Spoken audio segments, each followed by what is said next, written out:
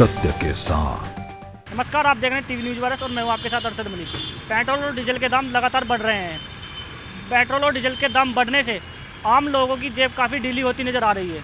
आइए हम बात करते हैं आम लोगों से। लगातार देहरादून में पेट्रोल डीजल के दाम बढ़ते जा रहे हैं, तो तुम कैसे देखते, किस तरह से देखते हैं? पेट्रोल के दाम तो गरीब लोगों के लिए तो परेशानी है ही। बाकी आप अंतर्राष्ट्रीय संकट भी देख ही रहे हैं, यूक्रेन, रसिया, तो उसके कारण भी होता है। और तमाम चीज़ें हैं, सरकार को काम भी करना होता है। आम आदमी को कितना? आम आदमी को तो पेट्रोल के दाम क्या, हर ही चीज़ में मुसीबत है। आम आदमी तो हर चीज़ में कोई भी मुसीबत आएगी सबसे पहले आम आदमी में ही आएगी। तो लगातार जो पेट्रोल डीजल के दाम बढ़ रहे हैं, इसको कैसे देखते हैं? ये ग्लोबल फिनोमेना है, it's not with the Indian concern कि मैं इंडिया के बारे में कुछ कहूँ। जब ग्लोबली प्राइस अब जाएंगे, यूक्रेन वॉर इसके लिए एक रीज़न है। और जो ओपेक जो इनकी यूनियन है, तो ओपेक ने भी जो ऑयल का भी जो प्रोडक्शन को कट डाउन किया, वो रीजंस है। इसके लिए गवर्नमेंट को कहना गलत होगा, बिकॉज वो तो ग्लोबल फिनोमेना है।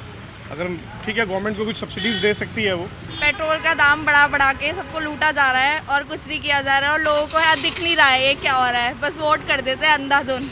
आम जनता के लिए कितनी परेशानी है? बहुत परेशानी हो रही है भाई। नॉर्मल जो लोग हैं, चलो हम लोग तो सही हैं, बट जो नॉर्मल लोग हैं उनके लिए तो देखो कितनी परेशानी हो रही है। हम तो भर लेते हैं, पर जो दिन के हिसाब से कमाते हैं उनका क्या होता होगा, ये तो देखना चाहिए ना। सरकार से ये करना चाहूँगी मैं कि आप प्लीज़ पेट्रोल का दाम कम करें, और जैसे ही आप लोगों के इलेक्शन आते हैं तब तो आप दाम कम कर देते हैं, जैसे ही इलेक्शन हो जाते हैं भाई सब चीज़ बढ़ जाता है यहाँ पे। पेट्रोल डीजल के जो दाम बढ़ रहे हैं, इसको किस तरह से देखते हैं?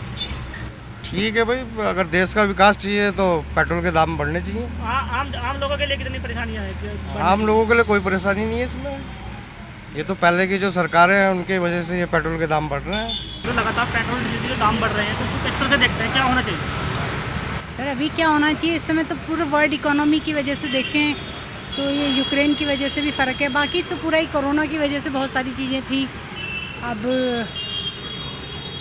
इसका इम्पैक्ट अगर आप देखेंगे तो ज़रूर हम ये कह सकते हैं कि बहुत सारी जो चीज़ें हैं, महंगाई जो कह रहे हैं हम, तो पेट्रोल से बहुत बड़ा फ़र्क पड़ता है। तो ज़रूर सरकार को कुछ इस पर सोचना ही पड़ेगा। आम जनता के लिए परेशानी, हम जैसे स्टूडेंट हैं हमको बहुत दिक्कत आती है। मतलब रोज़ का हमारा 200 का पेट्रोल बन जाता है। जैसे लाइब्रेरी जाना, कोचिंग जाना, उससे बहुत दिक्कत हो रही है हमको। ऐसा होना चाहिए कि स्टूडेंट को थोड़ा छूट होनी चाहिए।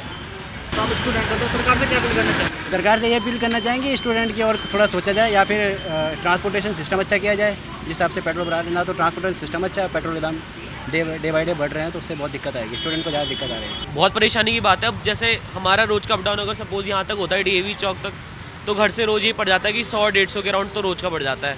उसके बाद एक्सपेंसेस अलग है जो कॉलेज वगैरह जाने में लगते हैं। सरकार से यही है कि बस जो टैक्सेस वगैरह के हिसाब से जो भी रेट बनता है, एक थोड़ा रीजनेबल हो, हमें उससे उतना वो ना पड़े दिक्कत। नॉर्मल स्टूडेंट देखो कोचिंग जा रहा है, वो घर से इतना खर्चा नहीं उठा पा रहा है।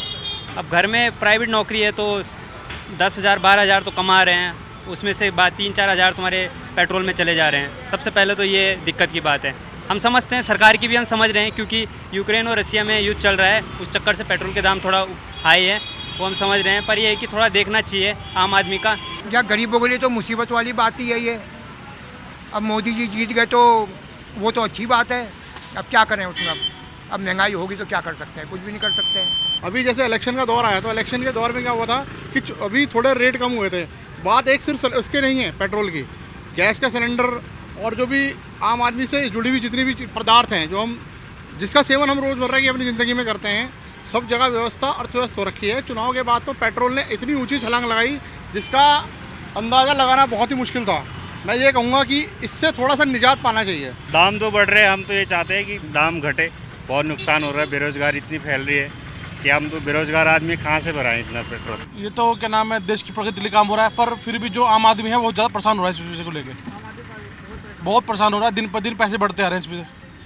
पर यह है, देश की उन्नति के लिए कुछ ना कुछ तो करना पड़ेगा, है ना भाई। क्रूड ऑयल सब कुछ महंगा हो चुका है, तो सरकार तो जेब से देने की नहीं, वो भी आप हमको देना पड़ेगा। पर इसमें यह है, आम आदमी पिस चुका है बहुत ज़्यादा।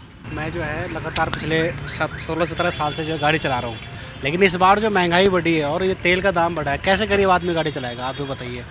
और तेल के दाम घटने चाहिए, क्योंकि आगे जो है तेल हमारे भारतवर्ष में ही इसकी रिफाइनरी बने।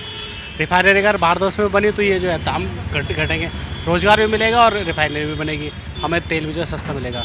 अभी चुनाव जब आए थे तब तो पेट्रोल कम हो गया था, अभी चुनाव खत्म हो गए हैं, सरकार बदली, फिर से देखिए सरकार के ये तो सभी के हथकंडे होते हैं कि जब ये कहते हैं कि भाई मुझे जो है वोट दो, मैं रेट कम करूँगा या कुछ करूँगा, लेकिन जो बाज़ार है, जो मार्केट है, वो उसका अलग होता है, वो अलग चीज़ है, वो बेवकूफ़ बनाने वाली बात है। लेकिन मैं ये कहूँगा कि जहाँ तक हो सरकार को इसके लिए जोर देना चाहिए कि कम से कम जो है तेल का रेट हो। आम आदमी गाड़ी कैसे चलाएगा? जी अब सब चीज़ पे इफेक्ट कर रहा है, पेट्रोल रोज़ इनका 80 पैसे 1 रुपये बढ़ता जा रहा है, आम आदमी कहाँ जाएगा, अब करेगा क्या? रोज़ जिस तरह से पेट्रोल के दाम बढ़ रहे हैं, आपकी घरों में हर चीज़ को इफेक्ट कर रही है वो चीज़ें। अब ये है कि काम तो पे जाना ही है, पेट्रोल हमने भराना ही है, सरकार को देखना चाहिए इसमें के लिए सब्सिडी वगैरह कुछ करे या छूट दे, कुछ दे। सत्य के साथ